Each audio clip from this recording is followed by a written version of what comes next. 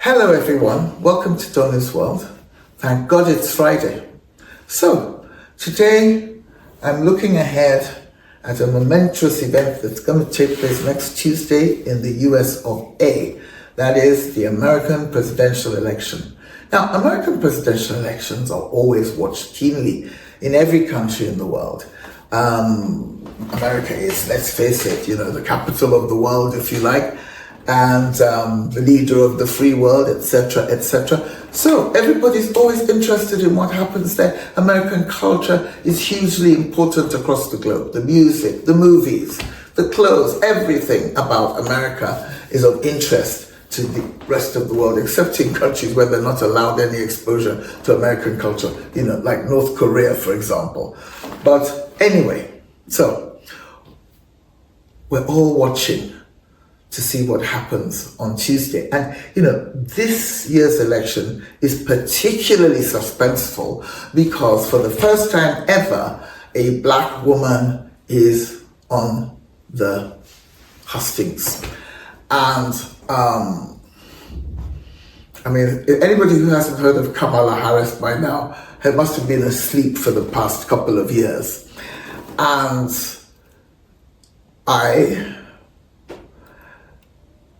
I'm sort of like anticipating this whole thing in a very emotional frame of mind. I felt similar when Obama ran against John McCain a few years ago. And here in Africa, in Nigeria and all the other African countries, probably Kenya particularly because his father was Kenyan, we were just sort of like, most people were totally obsessed with the idea of a black man becoming president of the United States because it was something that we never thought would happen. I mean, there are people who are still alive in America who remember not being allowed to sit next to white people on buses, who remember the big hassle it was to get schools desegregated. So, in a country where the legacy of slavery is writ large, I didn't think in my own lifetime that I would see a black person being president of the United States. And yet it happened. And I remember the night it happened, the night the result was announced. I mean, of course, white friends were very happy for us too. A lot of white people voted for him. But, it was of special significance for black people. I was running up and down like a crazy person, screaming and yelling with my friend Laddie, and all the friends were calling, and it was just like real jump into the swimming pool, fully clothed type of celebration in some places. And we were just, my head was spinning. I couldn't believe it. And I remember the Kenyan ambassador to Nigeria, whose daughter was my son's friends. They were the American, funny enough, they were at the American school in Abuja together. So I used to see him from time to time at parties and things. And I saw him a couple of days afterwards. And he said, honestly, it was like being a movie star. Everybody wanted to congratulate him because Obama was like his brother, because of the Kenyan connection. And so, it was a source of great joy for, I would say, most black people. And it's a bit like that now. This time it's a woman and she's half Asian, and I imagine that the Asian community in the United States and all over the world feels pretty much the same, give or take some exceptions, because there'll always be exceptions to the rule. And I know that some of my viewers are Trump supporters, and they may be wondering sort of why I support Kamala. And I ask them, how could I not support the idea of someone who looks a little bit like me, who has the same kind of ancestry, having a chance at leadership after decades and centuries of oppression and slavery and all the horrible things that have happened to black people in America. And, things are probably a lot better now, of course. But it's just be nice to see that happen once. So I'm kind of like begging all my viewers, please vote for Kamala for my sake. Let her just be president once, even if it doesn't last more than one term. Don't vote for Donald Trump. He doesn't like us much. So anyway, in the midst of all this anticipation and praying that Kamala makes it, and memories of how amazing it'll be when the result is announced, if she is announced as the winner, I managed to track down a wonderful young lady called Yasmin. She's the granddaughter of a family friend, or family friends whom I call Uncle Jonas and Auntie Ngozi Odocha. They are Nigerian and they live here in Abuja. And their daughter had Yasmin with a man who's Persian and Indian. So she's mixed race, but identifies as black, I guess. She kindly agreed to speak to me. And the reason I asked her to speak to me is because she actually worked in the White House at the same time as, while Kamala Harris has been there. She went in as an intern and she had some contact with Ms. Harris, and she's a fan. She has heard some of the bad stories about Kamala, but she's going to tell you that her own experience and the experiences of the people around her do not match the bad rumors about Kamala being a horrible person. But I won't speak for her. Let her speak for herself. And then I'm going to see you after the election, either next week or the week after, and I will comment on the result. My sister's actually going to be in America shortly after the election. She's literally arriving in America for a work engagement the day after the election. So she's going to give me some special reportage. You'll probably see me and my sister talking about it together. If not next Friday, the Friday afterwards. And by then I'll be in London and she will be back from America. So we'll both be in the same place. And we will share our thoughts and reactions with you. So thank you for listening. Okay, so Yasmin, very nice to meet you. Let's have a little bit about your background, where your parents are from, where you grew up, and what you studied at university. Okay, so I am originally from Maryland, born and raised. My mom is from Nigeria. She's Igbo, from Imo State, Mbise to be specific. My dad's parents are from India, but they do have Iranian heritage, so I'm half Persian, half Nigerian, hence what I look like. And I studied political science and international relations from the University of North Texas, and then I got my master's degree from the same institution in international development and sustainability. Okay, great. So how did you meet? When was the first time you met Kamala Harris? My first time meeting her was at her Pride rally in 2019. She was in Oakland, California. Was it San Francisco? San Francisco, California. And she was running for president the first time. And I had received like a text message like, come meet Kamala Harris. And we were in town for one of my mom's cousin's weddings. So I forced my mom, please, let's make some time to go see Kamala. And we did. And we were just going to originally just be walking behind the cars with other supporters. But once my mom identified Kamala, she grabbed my hand and said, run. So we ran up on the now vice president, at the time, Senator Harris. And we got to take a picture with her, took a picture with First Gentleman Emhoff. And then I asked some of her staff a few questions. And yeah, so there's a picture of mom, the vice president, and just smiling really big. And that was my first time meeting her. Wasn't the last, but my first time. Yes, I've seen that picture. It's a lovely picture. You, your mother, and Kamala at a rally in San Francisco. So let's fast forward. How did you wind up? I mean, you already were a great admirer of hers. That's why you went to the rally. Okay.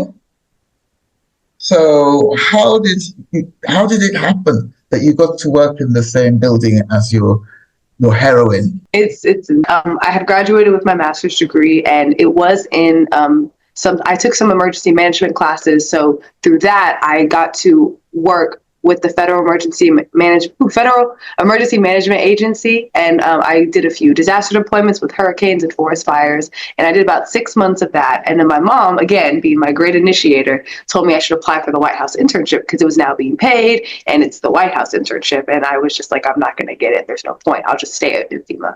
I didn't expect to ever be in the White House in this decade or in these 20 years. That was not the plan. But I applied, and through some great miracle, I got in. It was funny, during my interview, I thought I didn't think I was doing bad, but I just didn't, know how I was doing. And later, when I got the internship to work there, they were saying, yeah, midway, we knew we were selecting you. So it's just interesting how, like, you don't even know your fate, but someone on the other end has already selected you. But so I applied early. You have to kind of apply well in advance. So I interviewed in November, found out I got it in January, I think January 7th, and the internship started January 30th. So I was in New Mexico helping with forest fires and had to uphaul right back to DC and live with my dad in Maryland, which I still do now, and figure out how I'm going to be commuting every single day. I had to buy a whole new wardrobe. It's the White House after all, and really just re-up my whole life to take this opportunity. But it was the best decision of my life and the best experience thus far. Okay, so there you are in possibly the most famous building in the world. I've been to Washington and I've seen the crowds, the tourists, and I've been around the world and I'm not easily impressed, but even I felt this great sense of awe when I stood outside the White House, and it's like, it's an awesome building. Not just because of how it looks, but what it represents. So, how did you feel the first time you walked through the door? It's very funny because when you're looking at it from the outside, you think you just like walk in, but there are several security checkpoints. So they told us to come to this like intersection of two streets, and I'm not really a city girl. Like I just drive in suburbs, find a parking lot. So I took the metro, for the first time. Not the first time, but kind of like on my own for the first time, and then walked up to the street, did not know where I was going, and just saw Secret Service agents. And I was like, okay, this must be it. Going into the security checkpoint, and yeah, seeing it was absolutely phenomenal. Just knowing it was built by slaves, knowing that a Black man served as president one time, and then now like the first female vice president there, was absolutely insane. And then even leaving that day, like you said, there's just a massive crowd of people, and you're just walking out and you're like, I just came from that building, y'all, it's insane. And I think one of the other things one of my mentors who also worked at the White House told me is like, you can never have a bad day here, because you could just step outside and look at this building and kind of know in some way you've made it. So just take it all in at one point. So I did that frequently. Whenever I was a little stressed out, I would walk outside and just be like, I'm here. I could be stressed out many places, but I am stressed out in the building of all buildings. So it was quite an experience. Well, the mentor who said that you can never have a bad day, because once just even knowing that you're there it tells you that you've arrived. You've hit a high spot. Yeah. Do you sometimes get a sense that you're never gonna peak like that again? It's like doing numero uno very early in your life, and then everything else is number 2, number 10, number 5. No, quite the opposite. I think knowing that I hit that so early is quite not scary, but interesting to think like, okay, if I've hit this major point this early, yeah, only God knows what's bigger and out there for me. I think I take it the opposite way. So it inspired you, and it inspired you and made you maybe think and dream even bigger. It's kind of like if you go on first class for the first time for a short domestic flight, you're like, oh my God, this is amazing. Little do you know, international flights, there's better airlines, like things like that. So for me, it was just the fact that I hit it so early in life. I can only imagine, what else God has in store for me. And hopefully one day I'll be just as an intern, but something at a higher capacity, or even doing something even grander and bigger. So, I think it's the opposite mindset for me. Okay, so let's talk about the great woman herself. I'm a fan as well. So I'm jealous, envious, impressed, intrigued that you were able to access this opportunity. And I'd love to hear more about what it was like. What was it like? I mean, working in the White House generally, yeah, awesome. What was it like to have contact with Kamala Harris?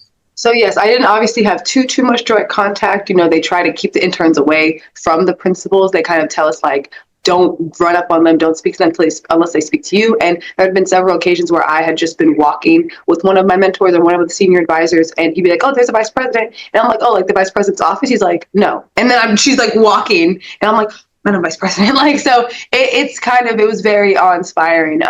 And she had spoken to us a few times as an intern class, and during Black History Month, which is in February in the United States, we had all of the African American presenting or African American identifying staff members, and I stuck my way into the photo, and she came, and her and the president spoke to us, and she was always gracious, always inspiring. And then the friends I have now who work for her campaign, who directly worked with her in the office of the vice president or in her residence, have said nothing but amazing things. I'm always asking them, like, how was she in real life? And, you know, she's competent and doesn't let anything slip. So they try not to make as many mistakes because she is really, really sharp and on it. So anytime that I had met her, it has been gracious. I know one time I was like mid-yawn and an event, and she walked by. I know, Vice President. To attention.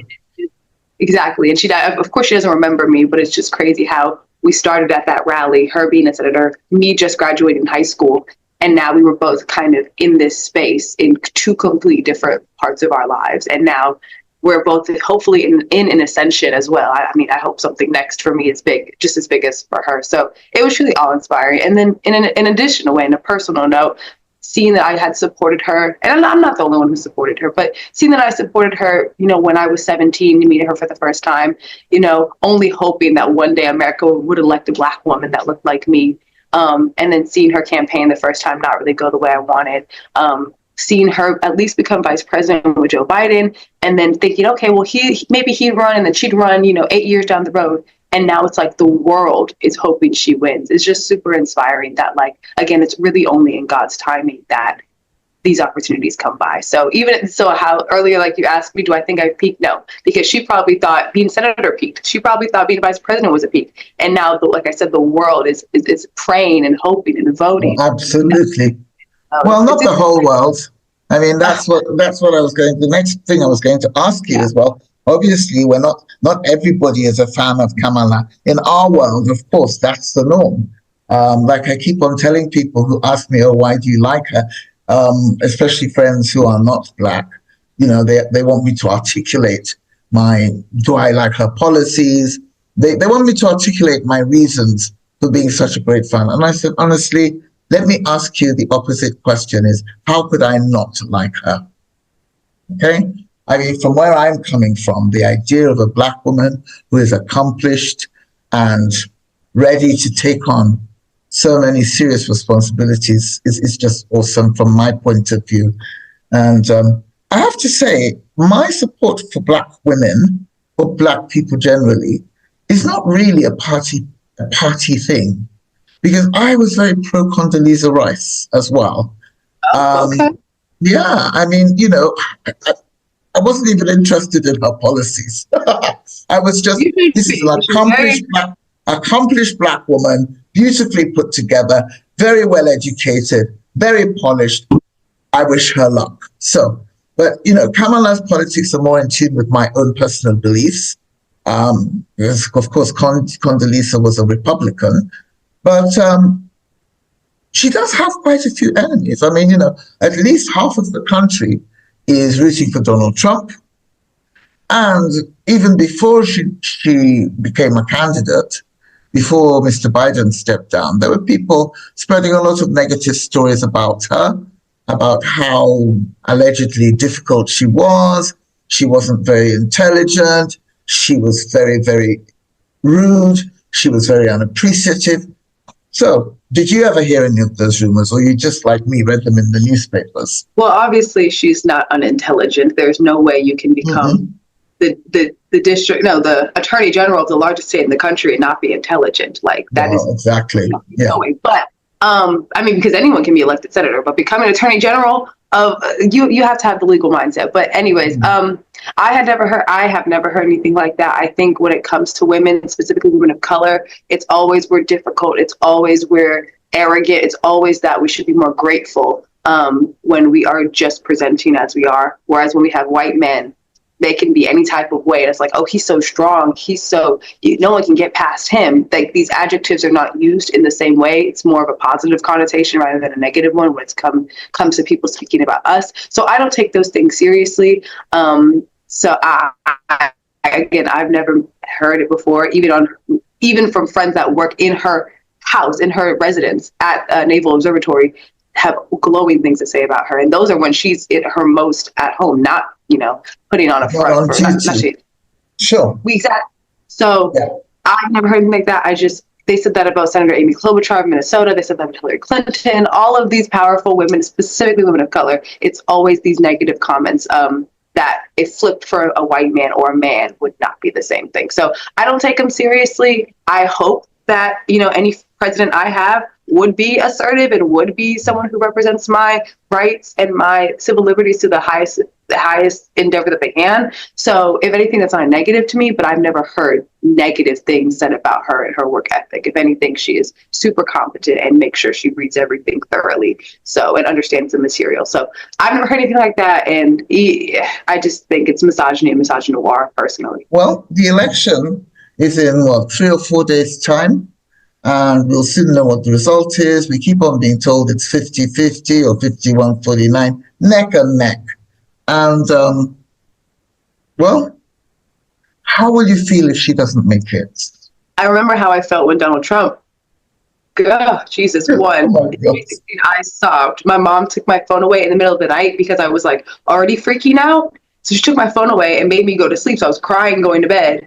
And then I woke up and she gave me my phone and I was like, did she win? Did she win? And then I just see, President Obama congratulates Donald Trump. And she made me go to school that day. So I was sobbing before I had to go to school. I was super upset being in school. So I think it'd be a similar sentiment. I think I'm more prepared now. It's been, 2016, almost 10 years ago. I think I'm more prepared. I'm more mentally ready for disappointment. Even her winning seems still like a dream, and I won't be, awake from it until I see her put her hand on the Bible, which I do hope I see. So I would be upset, of course, but not just upset because, a Black woman didn't win, but be upset and scared for the future of the country, the future of the planet, So it would be sad a little bit, but also very fearful because you'd have real consequences. It's not just having a Black face and high power. It's, okay, who's leading our country? Who is, what's the word I'm looking for? Who is energizing this base of scary-ish people, So it's just I'd be more scared, actually. Back then, I was more sad. Now I think I'd be more fearful of the future of our country. Okay, so that's the worst-case scenario. Possible tears, definite fears about the future of democracy, the country, the planet, because, I share your reservations about Mr. Trump. I will be appalled if he wins. But let's look at the best case scenario, which is that, our girl makes it. I can tell you that when Obama made it, there was a lot of screaming and jumping around and I can't believe it and oh, Jesus, or oh, Allah, or whatever here in Nigeria and in the UK, within the Black community. And of course, there are white people who voted for Obama as well. So that was such a joyous day. I remember it very clearly. And I think I will definitely shed a tear or two of joy if Kamala makes it next week. What about you? Are you going to just smile, a quiet smile of satisfaction? Or are you going to go out and go crazy with your friends? Internally, I will be very happy. I'll scream up and down for joy. I don't know where I'm going to be when I find out the news. I know when I found out President Biden and Vice President Harris had won, I was getting coffee with a friend, and I just ran and told everybody, Kamala won, Kamala won, Kamala won.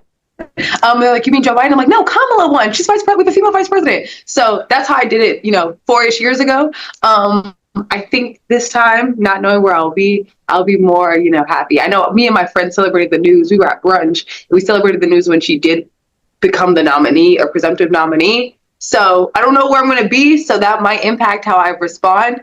But of course, I'm going to be so happy, so happy, so happy. Are you a party girl? I mean, will you hit a bar with a group of people?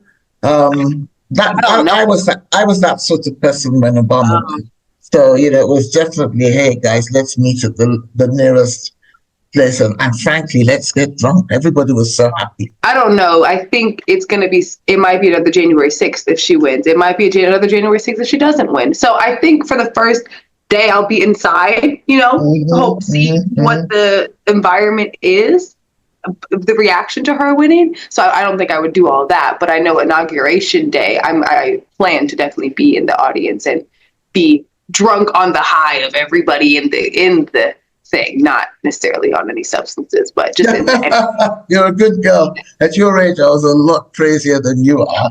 But I'm sure that joy is not just. I know who my mother is. I can't do that. Good for you. You have a bright future. So, what was I going to ask you? Yeah. So let's just rewind a little bit. So you're a nice Nigerian girl on some levels. So what's a nice Nigerian girl in the White House? How is she relating to the other Black people there? I mean, are a lot of the servants Black, the staff, both the office staff and the domestic staff? Are a lot of the other interns Black or African specifically? So yeah, as far as the high-ranking staff, yes, everywhere I would walk, I would see a person of color, a Black person. There were several. I was in the Office of Public Engagement. There were several Black staff members in there. I could literally name like 5 of them that I really got along with and really bonded with. There was a lot of people who were in the Divine Nine, which is the historically Black sororities and fraternities. I'm a member of Zeta Phi Beta Sorority Incorporated, but there were many people who were the Divine Nine. There were a ton of people of color. Like I said, when we did the Black History Month photo with all the Black identifying staff, the picture was huge. There were so many staff members, and like I said, I snuck my way in there, and there were other interns as well. As far as the interns, there were many Black interns, and there were a few Nigerians, specifically one who went to Cornell, who I kind of befriended at the time, and then the working staff. It was a whole mix of people who dedicate their lives to upholding this pristine building, regardless of who's in the administration. So it was a beautiful pool of diversity, and I think it just speaks to the America that the Biden administration was really trying to create and highlight. So I think it was a beautiful sea of diversity every day I walked in. I didn't feel like so apart from feeling awestruck and grateful to be there, you also felt comfortable because you were not alone. There were many like you. Yeah, absolutely. Great. That's great. Okay, so just a word or two about your contact with Africa. You've been to Nigeria. Tell me about Nigeria. Have you been to any other African country? Yes, I've been to South Africa. I did a model African UN conference back in 2017 in, was it Johannesburg? I think it was Johannesburg. No, it was Cape Town. It's Cape Town. Actually, it could have been Johannesburg. I don't remember. It's 2017. But I did go to South Africa for a Model UN conference. I've been to Benin and Togo. I think when I was younger, I went to Ghana, but I have not since been. I spent a year abroad in Nigeria in 2016, following the kidnapping of the Chibok girls, which was 2 years prior. So let's rewind a little bit. So the Chibok girls, for those of my viewers who don't know about it, are a group of over 300 school children, girls, who were kidnapped from their boarding school in northeastern Nigeria by Islamic terrorists. So some of them have subsequently been released, but a lot of them are still in captivity. When you went, what was the situation? When I went, so it was 2 years after, and I was taken, my boarding school had the opportunity to put together all of our clothes that we didn't wear, our extra snacks, some toiletries, some sanitary material or sanitary feminine pads, and we donated it to one of the many internally displaced peoples or refugee camps for survivors of Boko Haram. I think some of the mothers and fathers, there weren't too many fathers, as I'll get to in a second, there weren't many men at this camp, and I'll explain why. So we went, and I got to meet with the survivors and victims of this terrorist group, and hearing the stories of, like I said, some of the mothers whose husbands, once the insurgents just came into their house, sons were taken to, I think, be raised up in this terrorist organization. Daughters were taken. So really the mothers were either assaulted, killed on the spot, or just fled in the night. And it was really eye-opening to just hear those stories, because that could really be me if I wasn't born in the United States, if I didn't have the mixed background I had. So that really has propelled and launched my hopeful career into international human rights law. So being able to see that firsthand and know that women and girls across the world have a completely different fate depending on where they're born, and that should not be the standard at all, really just inspired me. So my time in Nigeria was very pertinent to where I see myself going in the future, and my mixed background of being Middle Eastern and African, specifically Nigerian, knowing that these are some of the two, and no offense, some of the two most patriarchal societies. And I have the luxury of being able to pursue higher education. I don't have to get married if I don't want to. All of these things really just propelled me to want to do this important work with human rights. So it's very, very in tandem, my background and where I want to go and how I want to give back to my communities. Okay, so what do you think that Barack Obama and Kamala Harris as vice president, Barack as president, have paid enough attention to Africa? I mean, especially in view of the fact that Obama's father was actually born in Kenya. Yeah, so I read one of his books, and he did talk about how he wished he spent more time, in Africa, but he did kind of spend a lot of his time in like the globe, I think in like South Asia and stuff like that, in the Pacific, trying to strengthen those ties. But he did go to Kenya. I saw the speech. It was very long, but he did go to Kenya and speak about that. And he's always been open about his heritage. I mean, you see his first and last name. There's no hiding that. Similar to my first and last name, there's no hiding it. I know Kamala went to Ghana while she was vice president.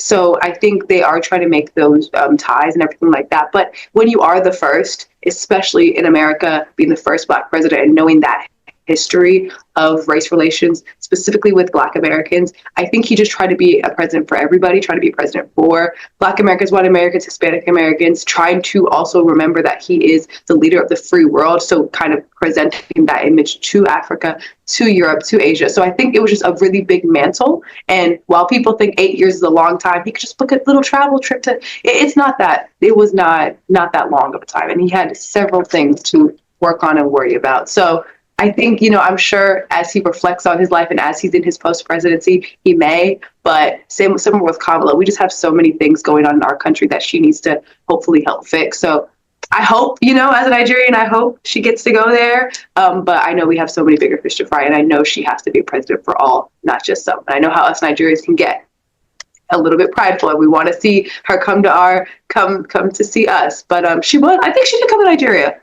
Right? Did she come recently? I don't think so. I mean, if she'd been to Nigeria, okay. I'm sure I'd have been somewhere in the crowd or the room. I know she went to Ghana. I just thought she went to Nigeria. So I know she went to Ghana. But yeah. So I know how we can be sometimes, but she's be president for all. And even her in these rooms and in this space is a testament to all of us and the struggle that we've all collectively shared. So we'll be okay if she doesn't come, but I hope she does, in short. Okay. And your views on some of the issues that affect non-white people, such as the Palestinians in Israel, because because you are half Middle Eastern, okay? So there's part of you that's from the Palestinian side of the world as well, and they are brown. And what's your view? I mean, I think it's a really difficult situation. I'm not anti-Israeli, but I have my strong reservations about Netanyahu's behavior.